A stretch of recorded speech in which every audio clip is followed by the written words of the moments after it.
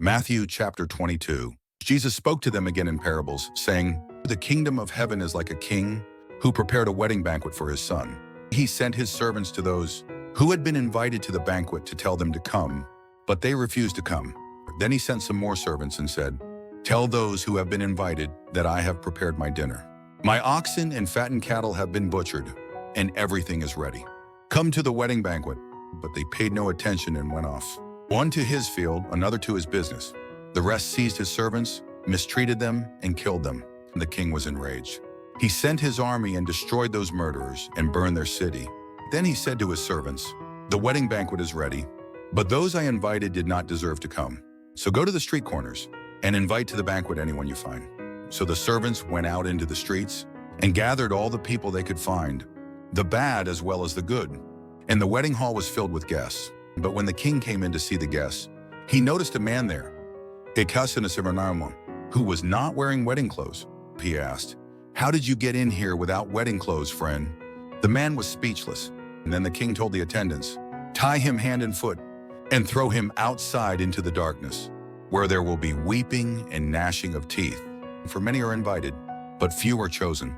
Then the Pharisees went out and laid plans to trap him in his words. And they sent their disciples to him along with the Herodians.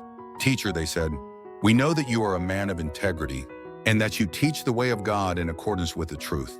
You aren't swayed by others because you pay no attention to who they are. And tell us then, what is your opinion? Is it right to pay the imperial tax to Caesar or not?' But Jesus, knowing their evil intent, said, 'You hypocrites, why are you trying to trap me? Show me the coin used for paying the tax.' They brought him a denarius, and he asked them, 'Whose image is this, and whose inscription?' 'Caesar's,' they replied. Then he said to them, 'So give back to Caesar what is Caesar's, and to God what is God's.' When they heard this, they were amazed. So they left him and went away.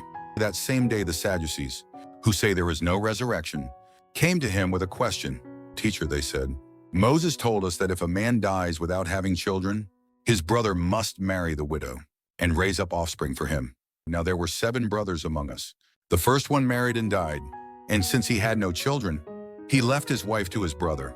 The same thing happened to the second and third brother, right on down to the 7th. Finally, the woman died. Now then, at the resurrection, whose wife will she be of the 7, since all of them were married to her?' Jesus replied, 'You are in error, because you do not know the scriptures or the power of God. At the resurrection, people will neither marry nor be given in marriage. They will be like the angels in heaven. But about the resurrection of the dead, have you not read what God said to you? I am the God of Abraham, the God of Isaac, and the God of Jacob. He is not the God of the dead, but of the living.' When the crowds heard this, they were astonished at his teaching. Hearing that Jesus had silenced the Sadducees, the Pharisees got together. One of them, an expert in the law, tested him with this question, 'Teacher, which is the greatest commandment in the law?'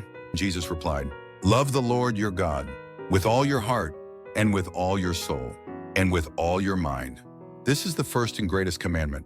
And the second is like it, love your neighbor as yourself. All the law and the prophets hang on these 2 commandments.' And while the Pharisees were gathered together, Jesus asked them, 'What do you think about the Messiah? Whose son is he?' 'The son of David,' they replied. He said to them, 'How is it then that David, speaking by the Spirit, calls him Lord? For he says, "The Lord said to my Lord, sit at my right hand, until I put your enemies under your feet."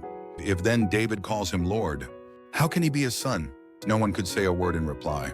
And from that day on, no one dared to ask him any more questions.